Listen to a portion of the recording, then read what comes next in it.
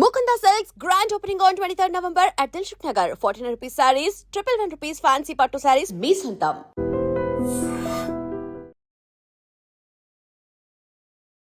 నమస్కారం, welcome to I dream media. నేను మీ సంగీత. ఇప్పుడు ఎంతో సెన్సేషనల్గా మారిన ఐబొమ్మ రవి విషయమైనా లేదు అంటే ఇలాంటి సైట్స్ అన్నీ కూడా హ్యాక్ అవుతున్న సందర్భంలో అసలు లీగల్గా ఎలాంటి చర్యలు ఉంటాయి? రవి బయటకు వస్తాడా రాడా, లేదంటే అతనికి పనిష్మెంట్ ఉంటుందా? అసలు దీనిపైన పూర్తిగా ఇన్ఫర్మేషన్ మనకు అందించడం కోసము హైకోర్టు అడ్వకేట్ నాగూర్ బాబు గారు మనతో ఉన్నారు. ఒక్కసారి సార్తో మాట్లాడదాం. నమస్కారం సార్. నమస్తే అండి. సార్, ఫస్ట్ ఆఫ్ ఆల్ మీ ఒపీనియన్ ఏంటి సార్? రవి ఐబొమ్మ ఫౌండర్ రవి ఎవరైతే ఉన్నారో చాలామంది అతన్ని దేవుడిగా కొలుస్తున్నారు. అసలు మధ్య తరగతికి సంబంధించిన దేవుడు, అతను బయటకు వస్తే పాలాభిషేకాలు అంటున్నారు, ఏదేదో అంటున్నారు, రాబిన్ హుడ్తో పోలుస్తున్నారు. ఫస్ట్ ఆఫ్ ఆల్ మీ ఒపీనియన్ ఏంటి సార్ యాజ్ అడ్వకేట్గా? ప్రజలందరికీ ఫ్రీగా అలవాటు అయిపోయాం కదా. మన ఇండియాలో ఎలా తయారైందంటే సిస్టమ్, ఫ్రీగా ఏదన్నా ఇచ్చేసేస్తే వాళ్ళని దేవుళ్ళుగానో లేకపోతే మాకు మంచి చేస్తున్నారు అన్న ఒపీనియన్ ఫామ్ అవుతూ ఉంది. ఆ మనోభావాలను అడ్డుపెట్టుకునే ఇలాంటి డిజిటల్ క్రైమ్స్ జరుగుతూ ఉన్నాయి. ఇప్పుడు రవి అనే వ్యక్తి ఎలా డిజిటల్ క్రైమ్ చేశాడు, సైబర్ క్రైమ్స్ ఎలా చేశాడు అనేది ప్రజలకి అర్థం చేసుకోలేని సిచ్యువేషన్స్లో ఉన్నారు. వాళ్ళు ఎంతసేపు నాకు ఫ్రీగా ఒకటి మూవీ చూపిస్తున్నారు అన్న ఆలోచనలోనే ఉన్నారు. కానీ అసలు ఈ మూవీ తను చూపిస్తున్నాడు అని అంటే దాని వెనక ఎంత కష్టం ఉంది, ఎన్ని కోట్ల రూపాయల ఇన్వెస్ట్మెంట్ ఉంది, దాన్ని ఆ సైట్స్లో అప్లోడ్ చేయడం ద్వారా ఎన్ని కోట్లు తను సంపాదిస్తున్నాడు, అండ్ ఇండియా నుంచి తను కరేబియన్ దీవులకి వెళ్ళిపోయి అక్కడి నుండి ఆపరేట్ చేస్తూ ఇన్కమ్ ఎర్న్ చేస్తూ మన గవర్నమెంట్ వెబ్సైట్స్ని కూడా హ్యాక్ చేస్తున్నాడు అని అంటే ఆ స్థాయిలో ఉన్నప్పుడు గవర్నమెంట్ వెబ్సైట్లో మీకు సంబంధించిన డేటా, నాకు సంబంధించిన డేటా, ప్రజలందరికీ సంబంధించిన డేటా ఉంది. అతను ఇండియాకి వచ్చాడు కాబట్టి పట్టుకోగలిగారు. కానీ కరేబియన్ దీవులకి మన పోలీసులు వెళ్ళి పట్టుకొని వచ్చే అంత స్థితి ఉంటుందా? ఉండదు. సో ప్రజలు అర్థం చేసుకోవాల్సింది ఏంటంటే ఇక్కడ మెయిన్గా డిజిటల్ క్రైమ్స్ అనేవి చాలా ఈజీ అయిపోయినాయి ఈ రోజుల్లో. ఒకప్పుడు ఇంటికి వెళ్ళి దొంగతనాలు చేసేవాళ్ళు, ఈరోజు అలా లేదు.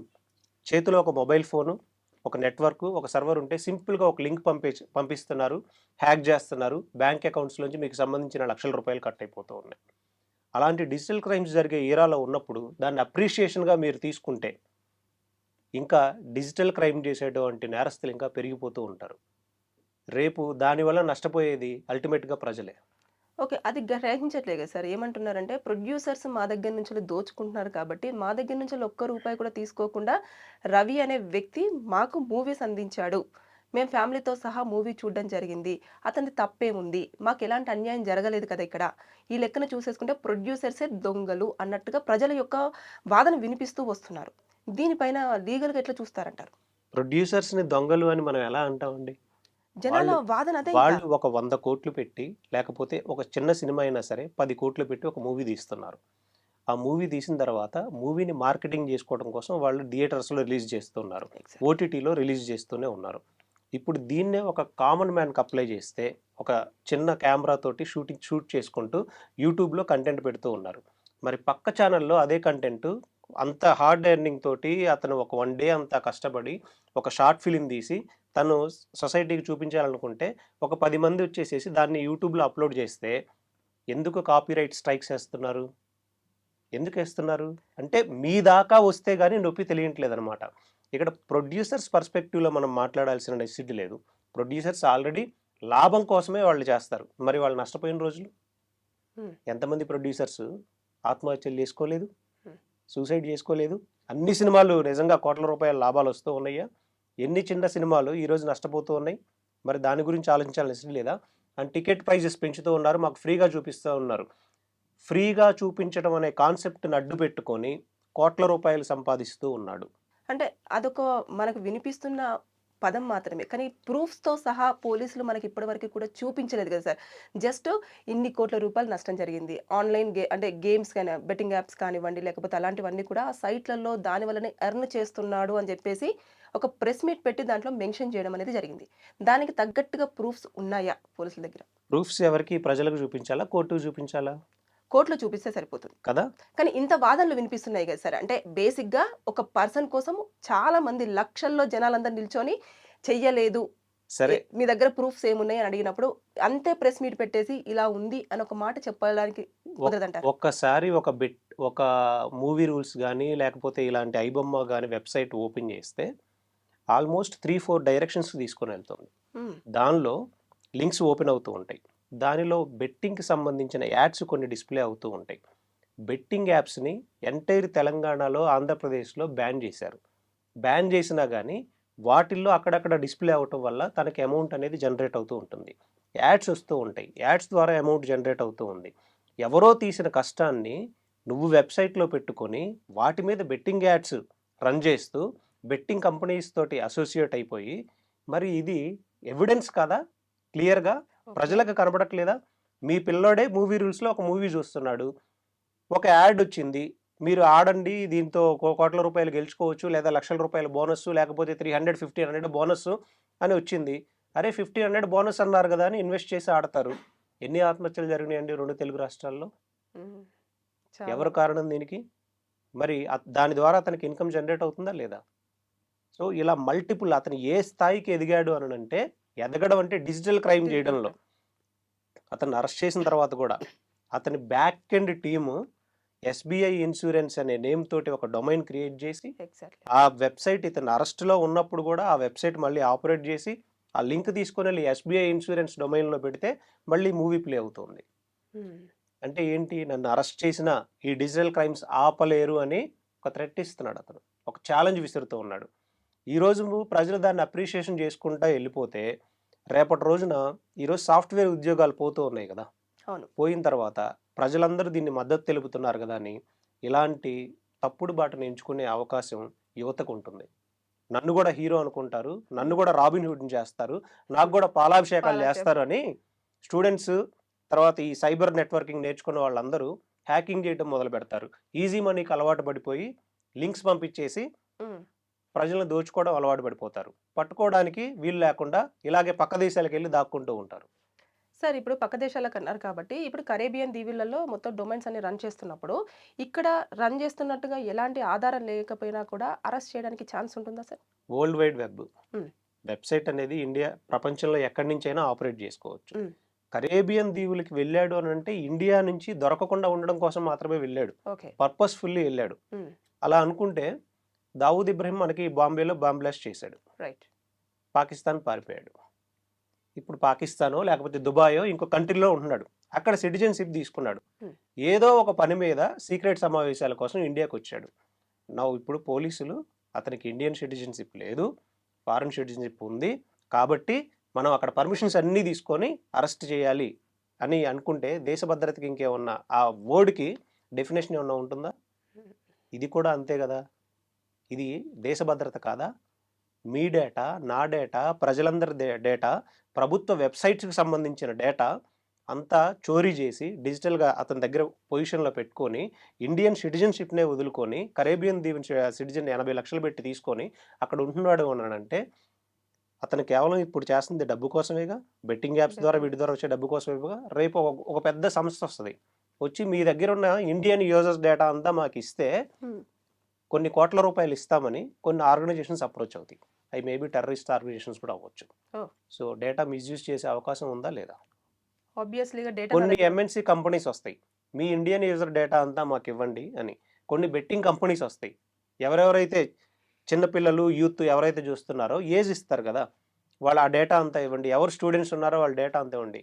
ఈ రోజు అంతా డేటాని మార్కెట్లో అమ్మేసిస్తూ ఉన్నారు. డిజిటల్ క్రైమ్స్ పెరిగిపోతూ ఉన్నాయి. ఇలాంటి అవకాశాలు చాలా ఎక్కువగా ఉన్నాయి కాబట్టి మనం కరేబియన్ దీవుల్లో నుంచి ఆపరేట్ చేస్తున్నాడు, మనం ఇండియా వచ్చిన తర్వాత మనం ప్రోటోకాల్ ఫాలో అవ్వాలి అని అంటే ఈలోపు తప్పించుకొని కూడా వెళ్ళిపోతాడు.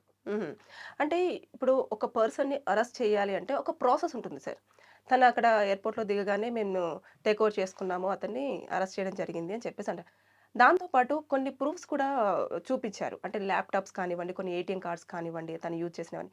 అవన్నీ ఎక్కడో నివసిస్తున్న అతను అవన్నీ పట్టుకొని వచ్చి ఉండుంటారా? ఇక్కడ నుంచి వెళ్ళిపోయి కూడా చాలా ఇయర్స్ అవుతుంది అని చెప్పేసి అంటున్నారు. పోలీసులు డ్యూ ప్రాసెస్ ఫాలో అవటంలో అక్కడక్కడ కొన్ని తప్పిదాలు చేస్తూనే ఉంటారు. ప్రతి క్రైమ్లో కూడా తప్పిదాలు అంటే వాళ్ళ మీద ఉన్నటువంటి ప్రెజర్ అయి ఉండొచ్చు.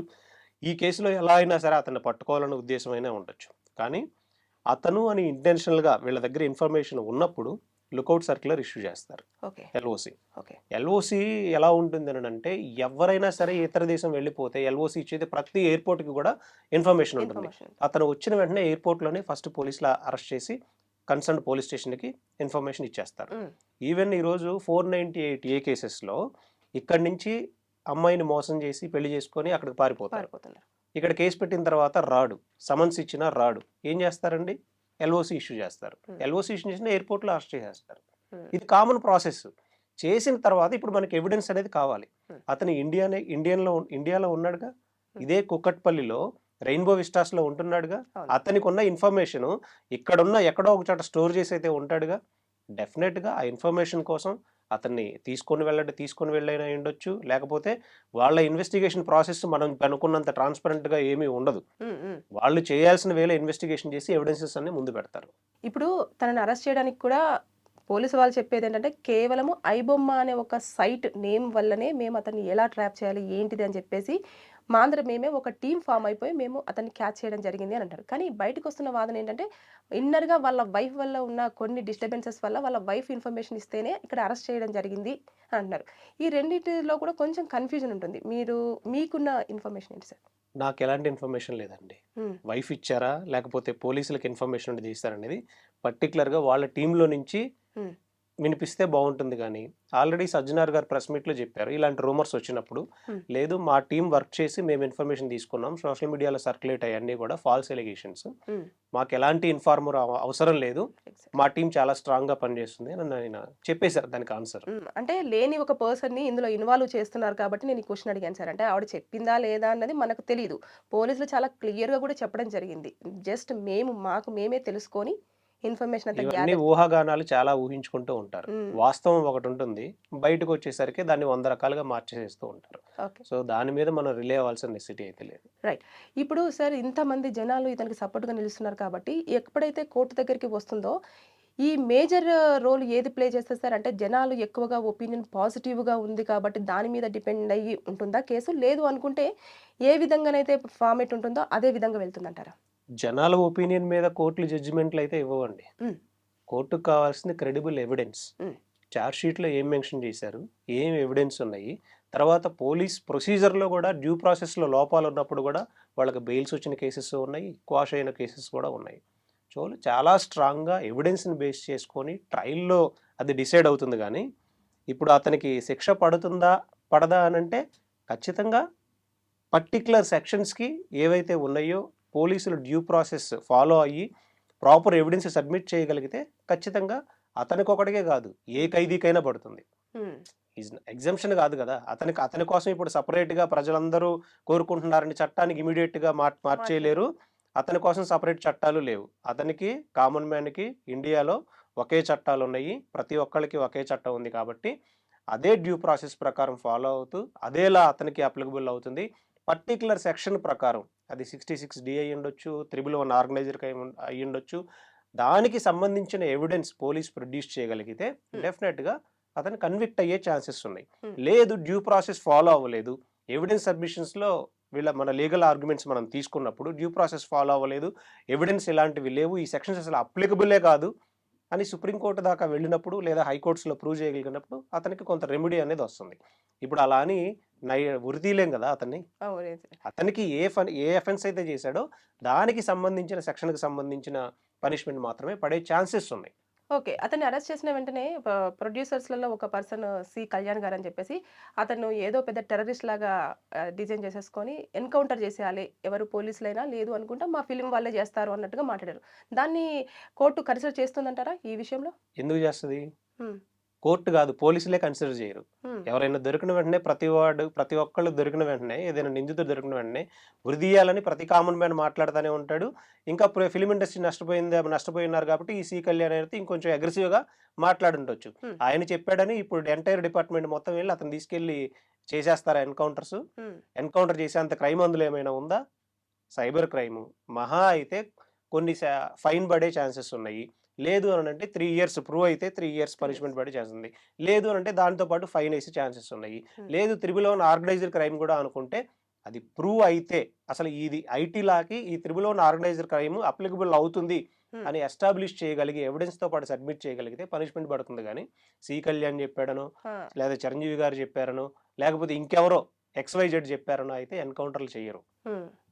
ఇప్పుడు ఏదైతే ఉన్నారో ఇలాంటివన్నీ కూడా చాలా వరకు జరుగుతున్నాయి. కొన్ని వేలల్లో, లక్షలలో ఇలా చేస్తూ ఉన్నారు. డొమైన్స్‌ను క్రియేట్ చేయడం కానివ్వండి, దోచుకోవడం కానివ్వండి, సైబర్ క్రైమ్స్ కానివ్వండి. ఇలా జరుగుతున్నప్పుడు దీని మీద ఇంత ఫోకస్ చేశారు కదా! మరి గతంలో కూడా చాలా వరకు జరిగాయి. చాలామంది కూడా చనిపోవడం జరిగింది. మరి ఎందుకని అంత సీరియస్‌గా తీసుకోలేదు పోలీసులు? ఈ యొక్క విషయాన్ని ఎందుకని సీరియస్‌గా తీసుకోవడం జరిగింది? ఇప్పుడు ఎమ్మడి రవి అనే వ్యక్తిని అరెస్ట్ చేసినంత మాత్రాన పైరసీ అనేది కంప్లీట్‌గా ఆగిపోయిందా? లేదు సార్. లేదు. సరే, ఎవరినో ఒక రేపిస్ట్ని అరెస్ట్ చేసినంత మాత్రాన ఇండియాలో రేప్ కేసెస్ తగ్గిపోయినాయా? లేదు. ఒక 498 కేసులో ఒక కన్విక్షన్ పడిన తర్వాత ఒక వ్యక్తికి హెరాస్మెంట్లు తగ్గినాయా? ఒక దొంగను అరెస్ట్ చేసిన తర్వాత దొంగతనాలన్నీ ఆగిపోతున్నాయా? లేదు. ఈ డిజిటల్ క్రైమ్స్ కూడా అంతే. ఎమ్మడి రవిని అరెస్ట్ చేసినంత మాత్రాన మిగతా డిజిటల్ క్రైమ్స్ అన్నీ ఆగవు. ఇట్స్ ఏ ఎగ్జాంపుల్ అంతే. ఒక కేసులా ఒక ఎగ్జాంపుల్గా మాత్రమే ఇతను మిగిలిపోతాడు. ఇంత నెట్వర్కింగ్ తోటి పక్క దేశాలకు వెళ్ళి కోట్ల రూపాయలు తను ఎర్నింగ్ చేస్తూ తన ఐడెంటిటీని మార్చుకొని ఇన్ని చేసినా సరే పోలీసులు అరెస్ట్ చేశారు, ఇండియాకి వస్తే అరెస్ట్ చేస్తారని ఒక కేసు ఎగ్జాంపుల్ అవుతాడే కానీ దానివల్ల అంటే ఏమీ ఇది ఉండదు. కక్షపూరితమైన అరెస్ట్ అని చెప్పొచ్చా? లేదు అనుకుంటే సిస్టమింగ్‌లో ఉన్న విధంగానే అరెస్ట్ అయిందని అనుకోవచ్చా? అంటే దమ్ముంటే పట్టుకోండి అన్న ఒక స్టేట్మెంట్ ఇవ్వడం వల్ల దీన్ని ఈగోగా తీసుకొని అరెస్ట్ చేశారంటారా? ఎక్కువ కాన్సంట్రేషన్ చేసి ఇంత పెద్ద ప్రెస్ మీట్ పెట్టేసి మేము ఒక పర్సన్‌ని పట్టుకున్నాము అని చెప్పేసి దాని మీద ఇటు పలువురు ప్రముఖులు కానివ్వండి, అదేవిధంగా డిపార్ట్మెంట్ కానివ్వండి మాట్లాడడం జరిగింది. ఇది ఎలాంటి అరెస్ట్ అనుకోవచ్చు? ఈగోయిస్టిక్ మీద దెబ్బ కొట్టడం వల్ల జరిగిన అరెస్టా? లేదు అంటే ప్రాపర్‌గా జరిగిన ఒక అరెస్టా? పోలీస్ ఆఫీసర్కే కాదు, ప్రతి మనిషికి ఈగో ఉంటుంది. మిమ్మల్ని ఒక మాట అన్నారనుకోండి, డెఫినెట్గా దానికి రియాక్షన్ అనేది ఉంటుంది. ఉంటుంది. అదేవిధంగా ఒక దొంగ సైబర్ క్రైమ్స్ చేసేటువంటి వ్యక్తి ఇండియన్ గవర్నమెంట్కి సంబంధించిన వెబ్సైట్స్ని హ్యాక్ చేశానని చెప్తూ మీరు నన్ను ఆపలేరు, మీరు నన్ను పట్టుకోలేరు, అవసరమైతే మీకు సంబంధించిన డేటా కూడా నా దగ్గర ఉంది, హ్యాక్ చేస్తా అని చెప్తే దాన్ని ఛాలెంజ్గా తీసుకొని అతన్ని ఒక నెల రోజుల్లోనో, అంతేనా, అంతే. నెల రోజుల్లో అరెస్ట్ చేయగలిగారంటే దాన్ని అప్రిషియేట్ చేయాల్సింది పోయి మనం ఇంకా దాన్ని కక్ష ఎందుకు ఉండిద్దండి కక్ష? ఆయనకి ఎంటైర్ డిపార్ట్మెంట్కి ఏమైనా ఆస్తి తగాదాలు ఏమైనా ఉన్నాయా?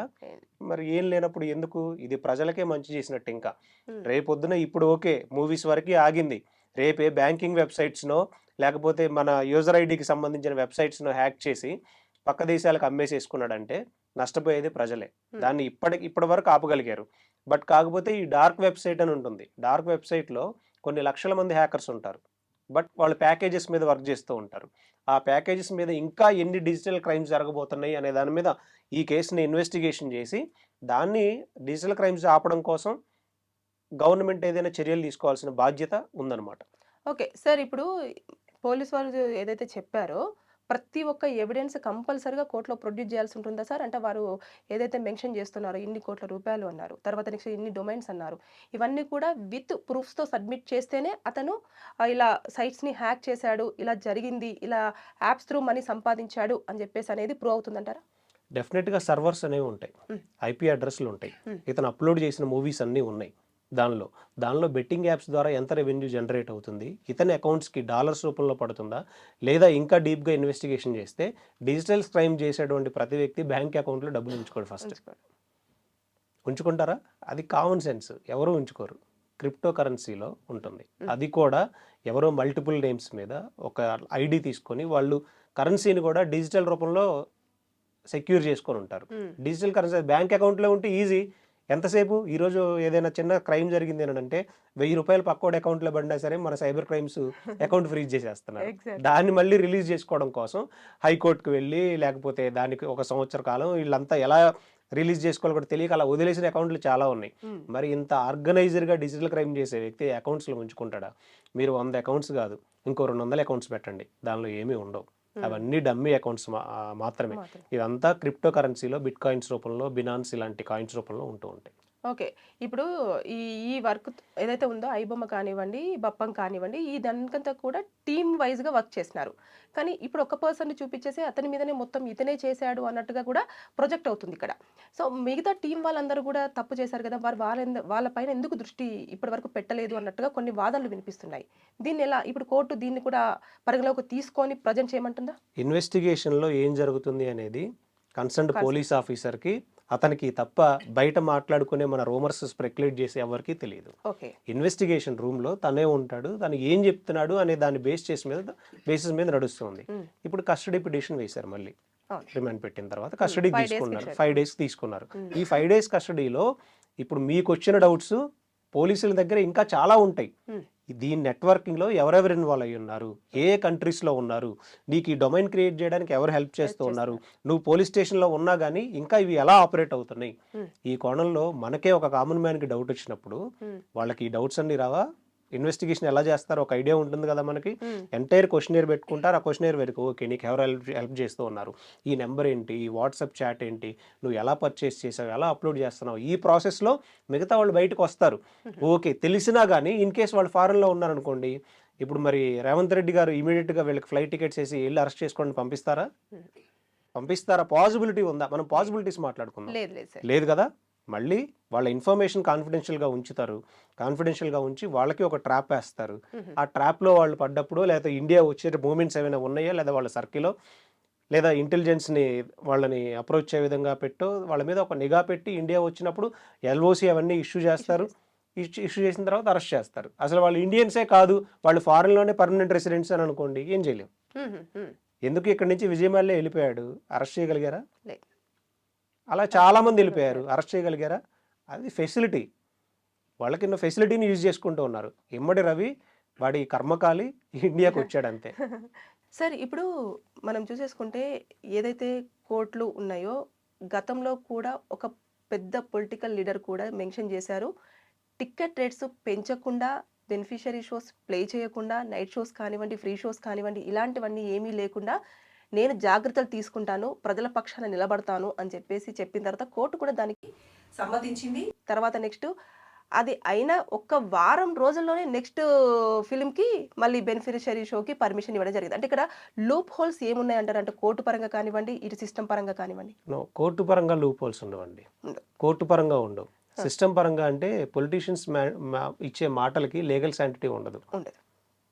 ఎలక్షన్కు ముందు కొన్ని లక్షల హామీలు ఇస్తారు, వచ్చిన తర్వాత లీగల్గా మీరు ఇంప్లిమెంట్ చేయాల్సిందే అని పీక మీద కత్తి పెట్టినట్టు కోర్టు ఆర్డర్ ఇవ్వగలదా? లేదు, ఉండదు. పొలిటీషియన్ అనేది తన అవసరం కోసం ఈరోజు నేను ఆపుతాను అని అంటాడు, రేపు నేను పెంచుతాను అని అంటాడు. డెమోక్రటిక్ కంట్రీలో ప్రజలు ఓటు వేయటం ద్వారా దాన్ని మార్చుకుంటున్నారు కాబట్టే ఇంతమంది లీడర్స్ మారుతూ ఉన్నారు. సేమ్ అదే విధంగా ఇప్పుడు ఇతను హామీలు ఇస్తున్నాడు, నష్టపోతున్నారు అనుకోండి, మళ్ళీ అతను దించేసి వేరే వాళ్ళని ఎక్కిస్తారు. ఓకే.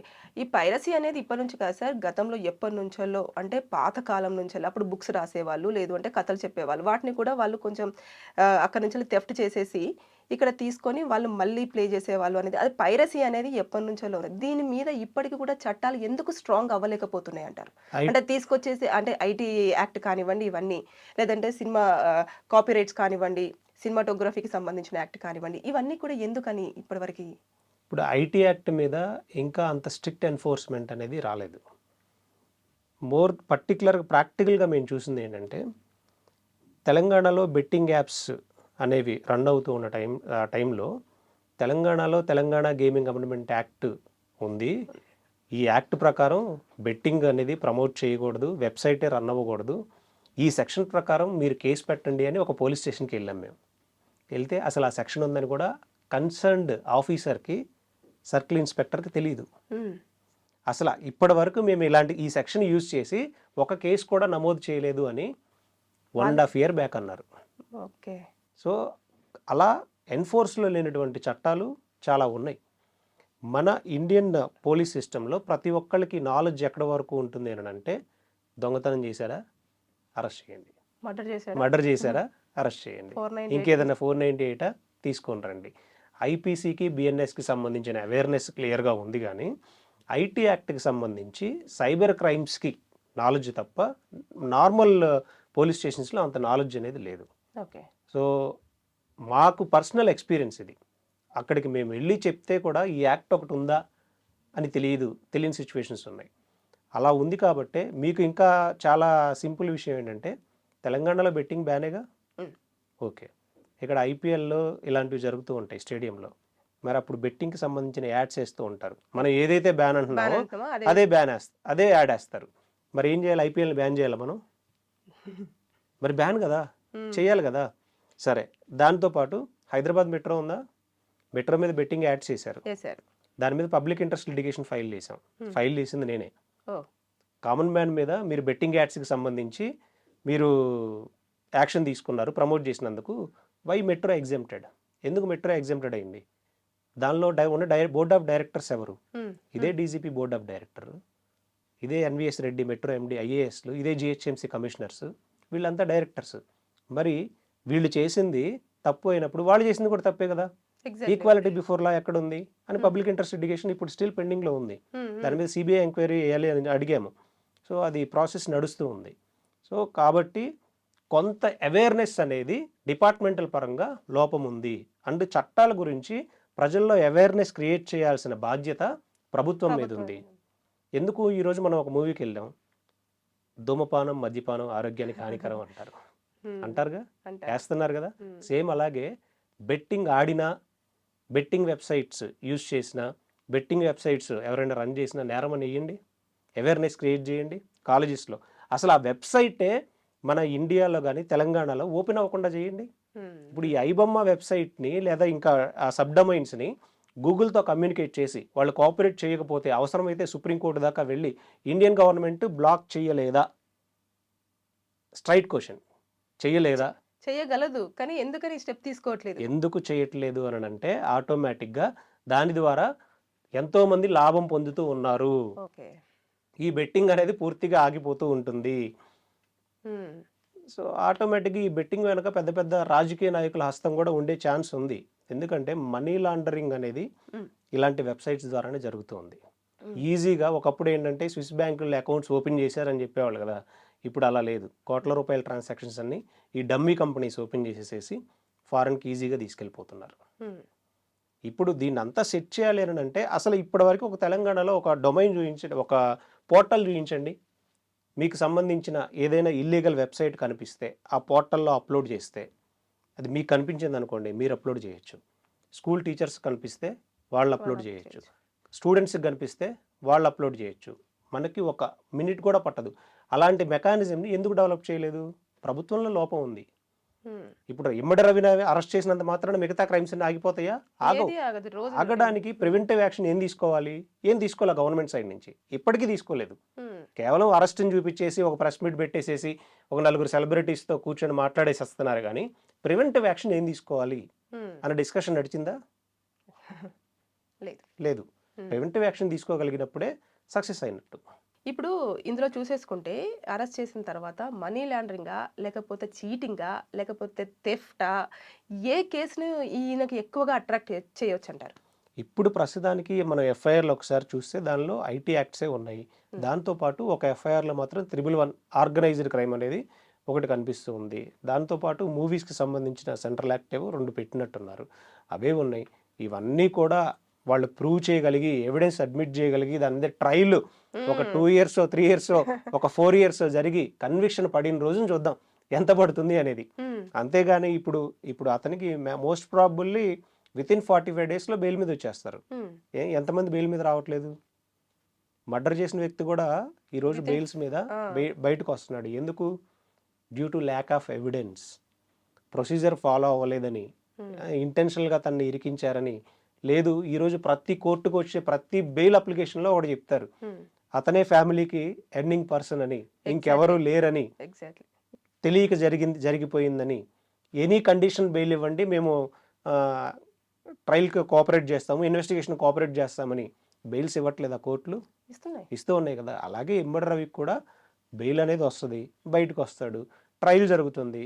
ట్రయల్లో అతను మళ్ళీ ఇండియా నుంచి పారిపోకుండా దాన్ని ప్రాపర్గా చేసుకోగలిగితే కన్విక్షన్ అనేది పడుతుంది.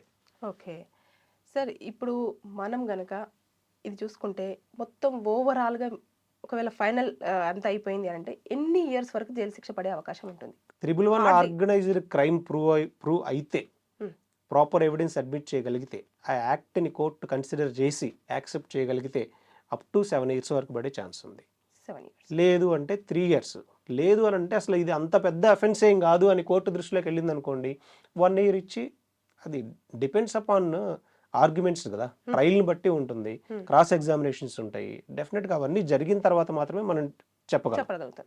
ఇప్పుడు మనీ అంతా లాండరింగ్ జరిగింది అని అంటున్నారు కదా, దాన్ని ఎలా కలెక్ట్ చేస్తారు ఇతని దగ్గర నుంచి? ఒకవేళ మీరు తీసుకున్నా కూడా అంత సెర్చ్ చేసిన తర్వాత కొన్ని డబ్బులు దొరికినాయి అనుకోండి, దాన్ని ఎట్లా చేస్తారు? ఇప్పుడు కొటేషన్ తీసుకుంటారు. బేసిక్గా ఒక మూవీకి వాళ్ళు ఎన్ని కోట్లనే పెట్టుకొని 100 కోట్లు పెట్టుకున్నా సరే, కానీ ప్రొడక్షన్ కంటూ ఒక కొటేషన్ని మనం కోర్టులో సబ్మిట్ చేయాల్సి ఉంటుంది. ఆ సబ్మిట్ చేసిన దాంట్లో ఎంత పర్సెంటేజ్ని క్యాలిక్యులేషన్ చేసి ఇతని త్రూ ఇప్పించడం జరుగుతుంది. అసలు ఇప్పిస్తారంటారా ఫస్ట్ ప్రొడ్యూసర్స్కి? ఇప్పటి వరకు అలాంటివి ఏమైనా చూసాం మనం? చూడలేదు, బట్ నేను ఉన్న డౌట్ని క్లియర్ చేసుకుంటాను అదే క్లియర్గా అలా ఇప్పించే పరిస్థితులు అయితే ఉండవు. పోలీసులు ఇమీడియట్గా ఏం చేస్తారు? అతని బ్యాంక్ అకౌంట్లు ఏమున్నాయో చూడండి, పాన్ కార్డుకి లింక్ ఏమన్నాయో చూడండి, అవన్నీ ఫ్రీజ్ చేయండి. ఫ్రీజ్ అంటే ఇంకా ఫ్రీజ్ అంతే. దానిలోకి తీసుకెళ్లి ప్రొడ్యూసర్కి బాబు నీకు ఇంత నష్టం వచ్చింది, నీకు ఇంత పంచుతున్నాం, ఇలాంటి సిస్టమ్ ఇండియాలో లేదు. ఓకే. ఆ free until unless court direction ఇస్తే తప్పితే ప్రొడ్యూసర్స్ మళ్ళీ కోర్టుకు వెళ్ళి అతని బ్యాంక్ అకౌంట్లో ఉన్న వాటిని మాకు పంచండి, లేదా బెట్టింగ్ ద్వారా చనిపోయినటువంటి ఆత్మహత్య చేసుకున్నటువంటి వాళ్ళకి ఇవ్వండి, లేదా ప్రభుత్వానికి ఇవ్వండి అని పిటిషన్స్ ఫైల్ చేసుకొని కోర్టు డైరెక్షన్ ఇస్తే తప్పితే police doesn't have any power to give amount to the particular producers or third parties. నా అమౌంట్ నా అకౌంట్ ఫ్రీజ్ చేశారు, ఫ్రీజ్ చేసే అధికారం మాత్రమే వీళ్ళకుంది. నా అకౌంట్ని ఆపరేట్ చేసి నా దానిలో నుంచి నాకు వచ్చినటువంటి డబ్బుని అతనికి బాధితుడికి ఇప్పించే రైట్స్, ఆ పవర్స్ పోలీస్కి ఉన్నాయా? డిపార్ట్మెంట్కి లేదు. మరి వాళ్ళు ఏం చేస్తారు? కోర్టు నుంచి అయినా కూడా కోర్టు డైరెక్షన్ ఇస్తే అగ్రీవ్డ్ పార్టీ కోర్టుకు వెళ్ళి ఇది నా అమౌంటే, నాకు సంబంధించిన అమౌంటే, ఇది నాకు చెందాల్సిన అమౌంట్ అని కోర్టు డైరెక్షన్ ఇస్తే అప్పుడు కోర్టు డైరెక్షన్లో క్లియర్గా రాస్తారు ఈ కన్సర్న్ అమౌంట్ నుంచి నష్టపోయారు కాబట్టి ఇతనికి ఇవ్వండి అని ఇచ్చినప్పుడు బ్యాంకర్ ఆ అమౌంట్ని ట్రాన్స్ఫర్ చేస్తారు, కానీ పోలీస్ ట్రాన్స్ఫర్ చేయడు. ఓకే. ఇప్పుడు దాంట్లోనే ఒకవేళ ఇచ్చినా కూడా ఇప్పుడు ఒక పర్సన్ వచ్చేసి, ప్రొడ్యూసర్ వచ్చేసి కొన్ని కోట్లు ఖర్చు చేసిండు, 250 300 కోట్ల రూపాయలు పెట్టి ఒక మూవీని తీశారు. కానీ కొటేషన్లో మనం 300 కోట్లను చూపించలేం, ఎందుకంటే అక్కడ మనకి ఉండేది వేరే ఉంటుంది ప్రొడక్షన్లో, తర్వాత ఇక్కడ బయటకు వచ్చేది వేరే ఉంటుంది. కోర్టులో ఏది ప్రొడ్యూస్ చేస్తే ఎంత పర్సెంటేజ్ మొత్తం ఉన్నదంతా కూడా ఇచ్చే ఛాన్సెస్ అయితే ఉండే కదా సార్? ఎందుకంటే అతని ఎక్స్పెండిచర్ కూడా చూస్తారు కోర్టు. చూసిన తర్వాత అప్పుడు ఎంత ఇచ్చే అవకాశం పర్సెంటేజ్? అసలు ఈ ప్రొడ్యూసర్స్కి రూపాయి కూడా వెనక్కి తిరిగి ఇవ్వరండి. మరి ఆ సీజ్ చేసిన డబ్బులు ఎక్కడికి వెళ్తాయి సార్? సీజ్ చేసిన డబ్బులు అవసరమైతే గవర్నమెంట్ దాన్ని హ్యాండ్ ఓవర్ చేసుకోవడము, లేదు అని అంటే అతనే మళ్ళీ నా అకౌంట్స్ని రిలీజ్ చేయండి అని అతనే కోర్టుకు వెళ్ళే ఛాన్స్ ఉంది. ఇప్పుడు నా అకౌంట్ ఫ్రీజ్ చేశారు, ఏదో క్రైమ్ చేస్తే ఎవరో ఒక సైబర్ క్రైమ్ చేసిన వ్యక్తి అకౌంట్ ఫ్రీజ్ చేశారు, అతను మళ్ళీ కోర్టుకి వెళ్ళి రిలీజ్ చేసుకోవట్లేదా? డైలీ కొన్ని 100 పిటిషన్స్ ఫైల్ అవుతున్నాయి. కోర్టుకు వస్తాడు, ఈ ట్రాన్సాక్షన్కి సంబంధించి అంతా లీన్ అమౌంట్ ఏదైతే ఉందో దాన్ని నేను రిఫండ్ ఇస్తానంటారు. అసలు ప్రొడ్యూసర్ అకౌంట్లో నుంచి డైరెక్ట్గా అతని అకౌంట్కి ₹1 రూపాయి ట్రాన్స్ఫర్ అయ్యిందా? లేదు. మరి ఎలా అడుగుతారండి క్లెయిమ్? ఎగ్జాక్ట్లీ. మనం కోర్టు లాంగ్వేజ్ టర్మినాలజీలో మాట్లాడుకుంటే డైరెక్ట్ ప్రొడ్యూసర్ అకౌంట్ నుంచి ₹1 రూపాయి అయినా సరే ఎమ్మడర్ అకౌంట్కి వెళ్ళుంటే ప్రొడ్యూసరు ఇక్కడ నష్టపోయాడు ఇవ్వండి అని చెప్పొచ్చు. లేదు, దీన్ని ఎక్స్ట్రాడినరీ సర్కమ్స్టాన్సెస్ కింద కన్సిడర్ చేసి ఇన్ని కోట్ల రూపాయలు ఉన్నాయి కాబట్టి ఈ కోట్ల రూపాయల నుంచి ఇంత పర్సంటేజ్ అగ్రీవ్డ్ పార్టీస్ ఎవరైనా ఉండుంటే వాళ్ళకి ఇవ్వండి అని కోర్టు డైరెక్షన్స్ ఇస్తే మనం అజ్యూమ్ చేసుకోగలమే, కానీ ప్రాక్టికల్గా వాళ్ళంతా ఇప్పుడు ఆ 250 కోట్లు నేను ఇతని వాళ్ళే నష్టపోయాను అంటే, అరే బాబు ఇలాంటి వెబ్సైట్స్ కొన్ని లక్షల్లో ఉన్నాయి, వాళ్ళందరి సంగతి ఏంటి? అందులో ఇతను ఇమ్మడి రెవెన్యూ అయితే ఒక చిన్న వ్యక్తి మాత్రమే. మరి దాంతోపాటుగా కొన్ని టొరెంట్ వెబ్సైట్స్ అని వీటిలో స్టిల్ అప్లోడ్ చేస్తూనే ఉన్నారు. మరి వాటి సంగతి ఏంటి? ప్రొడ్యూసర్ చేయాల్సింది ఏంటంటే, మీరు గవర్నమెంట్ మీద ప్రెజర్ పెంచుతారా లేకపోతే గవర్నమెంట్తో మాట్లాడుకుంటారా? ఒక పోర్టల్ క్రియేట్ చేసుకోండి, ఆ పోర్టల్లో మీకు సంబంధించిన పైరసీ మీరే ఒక టీంను పెట్టుకొని ఆ టీమ్ తోటి ఆ లింక్స్ ఏదన్నా ఉంటే ఇమీడియట్గా బ్లాక్ లిస్ట్లో పెట్టుకునే మెకానిజంని మీరు డెవలప్ చేయించుకునే విధంగా ఫైట్ చేయండి. దానివల్ల లాభం పొందుతారు, కానీ ఇలా ఒక వెబ్సైట్ ద్వారా నష్టపోయిన దాని దగ్గర మాకు కోర్టుకు వెళ్ళి పిటిషన్ ఫైల్ చేసి దానిలో ఉండే ఇంత పర్సంటేజ్ మళ్ళీ వీళ్ళ అకౌంట్స్ అన్ని చూపించి ఇలాంటివి జరిగే ప్రాక్టికల్గా వర్కౌట్ అవ్వవు. ఓకే.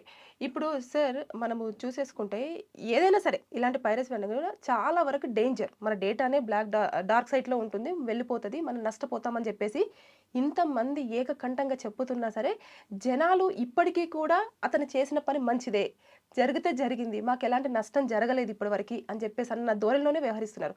ఎందుకని అంటారు? ఎందుకని ఎక్కడ వీళ్ళు అవ్వకపోవడానికి రీజన్ ఏంటి? అవేర్నెస్ అవ్వకపోవడం అంటే తన దాకా వస్తే కానీ నొప్పి తెలియదు అంటారు కదా, సింపుల్ లాజిక్.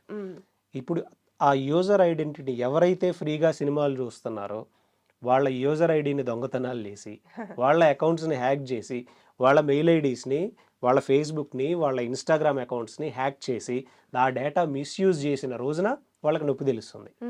అంతేగాని ఎవరితో పక్కోడిది కదండి మనకేంటి అనే మైండ్ సెట్లో ఉన్నారు ప్రజలు. అంటే సిస్టమ్ మీద కోపము రవి మీద ప్రేమగా మారింది అనొచ్చా? సిస్టమ్ మీద కోపం అంటే సిస్టమ్ మీద ఎందుకండి కోపం? ఏం చేశారని కోపం? మీకు టికెట్ల రేట్లు పెంచారు, పబ్లిక్ ఇంట్రెస్ట్ లిటిగేషన్ ఫైల్ చేయడానికి మేము రెడీగా ఉన్నాం. ఈ సిస్టమ్ మీద కోపం ఉన్న వాళ్ళు ఎవరున్నారు రమ్మని చెప్పండి, వస్తారా? రారు, ఎవ్వరు రారు. ఈ సిస్టమ్ మీద కోపం ఉన్నోళ్ళు పోలీస్ స్టేషన్కి వెళ్ళి కంప్లైంట్ ఇస్తారా? ఇవ్వరు. ఈ సిస్టమ్ మీద కోపం ఉన్నోళ్ళు 4 రోజులు బయటకు వచ్చి కూర్చొని ఒక ధర్నా చేస్తారా? చేయరు. ఇదే సిస్టమ్ మీద కోపం ఉన్నోళ్ళు ఏం చెప్తారు చెప్పనా ప్రాక్టికల్గా? ఆ రోజు ధర్నాకు వస్తే ఎంత ఇస్తారు అంటారు. ఇది ఈ రోజున్న సిస్టమ్. సో కాబట్టి మనం ఈ సిస్టమ్ మీద ఉన్న కోపంతో ప్రజలు రగిలిపోతున్నారు ఇవన్నీ చెప్పుకోవడానికి బాగుంటాయి, ప్రాక్టికల్గా వర్కౌట్ అవ్వవు. అంటే ఏదేమైనా సరే కానీ ఇప్పుడైతే అతనికి ఒకవేళ అన్ని ప్రూవ్ అయితే 7 years మ్యాక్సిమం, లేదు అనుకుంటే హ్యాపీగా బెయిల్ మీద బయటకు వచ్చేసి అతని పని అతను చేసేసి బెయిల్ అనేది మనకున్న కాన్స్టిట్యూషనల్ రైట్. అది ఆ రైట్ ని ఎవరు కాదనలేరు. అతను డెఫినెట్ గా బయటకు వస్తాడు. అది 45 days లో వస్తాడా లేకపోతే 90 days లో వస్తాడా, డిపెండ్స్ అపాన్ కౌన్సిల్ తీసుకునేటువంటి ఆర్గ్యుమెంట్స్ మీద బేస్ అయ్యి ఉంటుంది. వచ్చిన తర్వాత సిచ్యువేషన్ ఇంకా క్రిటికల్ గా మారే ఛాన్స్ కూడా ఉంటుంది కదా సార్. ఎందుకంటే డేటా అంతా చెప్పేస్తున్నాడు కదా, 50 లక్షల మందికి సంబంధించిన డేటా అంతా నా దగ్గర ఉంది. అతను క్రిటికల్గా మారుతాడా లేకపోతే బయటకు వచ్చిన తర్వాత మళ్ళీ డిజిటల్ క్రైమ్స్ చేస్తాడా మనం అజ్యూమ్ చేయలేం. ఇప్పుడు ప్రతి నేరస్తుడికి బెయిల్ ఇచ్చేటప్పుడు కండిషనల్ బెయిల్ ఇస్తారు. నేను ఇంకా ముందు చేయననే అక్కడ అఫిడవిట్ లో చెప్తారు వాళ్ళు. బయటకు వచ్చి వాళ్ళు చేయకుండా ఉన్నారా?